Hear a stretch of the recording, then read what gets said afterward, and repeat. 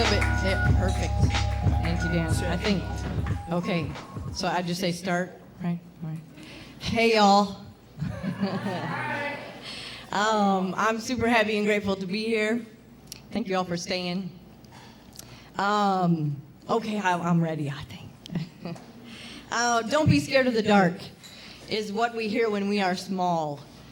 As we grow, this takes on new meaning. What happens when we stand outside at night? Our eyes adjust. We slowly regain focus and fear subsides. The dark is not so dark after all, and the stars become brighter. What are we scared of, really? Not the actual dark. We hold out our hands, step tentatively. We are afraid of the unknown. It leaves us vulnerable. Yet some of the most amazing things live, are made, and are found in complete darkness. Those are truffles there on the right. The most delicious things we make are dark, in my opinion. Raw materials transformed into multi-sensory orgasmic confections. In the dark, we rediscover other capacities to assess information. Sound, smell, taste, touch, memory, and intuition are just a few things we tune into, and when we do, we create and grow. Currently, my work explores identity through portraiture. I create prints called monotypes, meaning one edition. It's do or die. It either works or it doesn't. It requires courage and detachment from results. The process goes like this. Several layers of ink are rolled out onto a zinc or copper plate. The ink is wiped away again and again, using brushes to subtractively draw the image, removing more ink with each correction. I use a few different presses, a pasta maker, teeny tiny prints, a washer wringer, a traditional printing press, but the process is the same. To transfer the ink from plate to paper, just the right amount of pressure is needed. In most situations, I guess. The resulting print is reversed, flipped, if you will. Likeness is shifted, but the feeling of that person remains. Instead of looking at that person, we look for that person. This process has revealed insights about how I see myself and how I see others as well. So allow me to repeat myself again. To start, the ink needs to be very dark and opaque.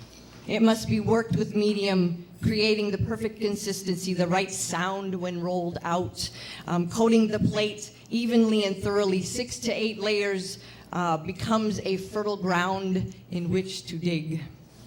Gradually, I carve the image out of the dark. I describe the surface of the person's face with brush strokes.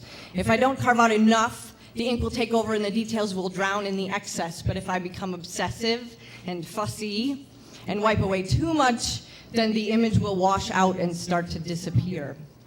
Before the printing process, the face is seen from an observer's perspective, which is on the left, as one person would look at another. When the image is flipped, which is on the right, we see how that person would see themselves in a mirror. We are given an opportunity to see through their eyes. I believe that one of the functions of portraiture is to help us learn to connect to each other. Just the process of looking, being able to search through another's face, allows us to look longer than would be normally socially acceptable. I have been drawn to this my whole life. This opportunity to connect deeply with another has encouraged me to look at my own face, my own self, in a less judgmental way. I have learned to see myself as beautiful and human instead of flawed or broken. When I look at another, I search through the skin and features and emotion, but I will only dive into the story their face holds and have empathy for them inasmuch as I am willing to look at my own face, my own story, and have empathy for myself. I must be willing to look at the aspects of myself that I have judged and labeled as bad. For those parts are not bad. They are just human. If I cast them in the dark, then I do not have to look at them. I am giving myself an out. I am saying that it doesn't matter, that I don't matter. Just like art, judgment is a language. If I am speaking that language to myself, then odds are I am speaking it to everyone else as well. I must let go of the judgment of these parts of myself, for that is the beginning of the process which increases my capacity for compassion and empathy for another.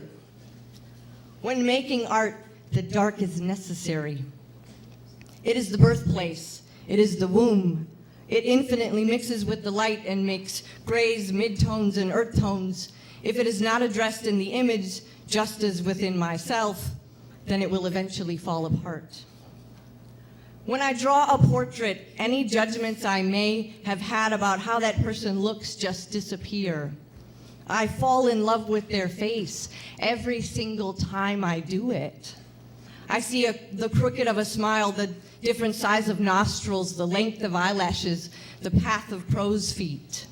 I see which eyelid droops more, how locks curl around an ear, the dimple of a chin, a receding hairline, and it is all beautiful to me, all of it. It is a balance of shape and line and pattern and texture and light and dark. When you look at the night sky at first, the vast is overwhelming. But if you sit there long enough, the sky grows darker, the space gets deeper, and slowly, gradually, one by one, the stars will all come out, more than you could possibly imagine.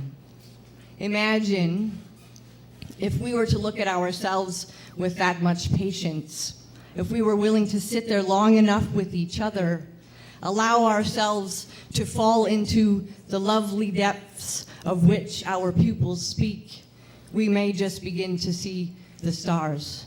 Thank you.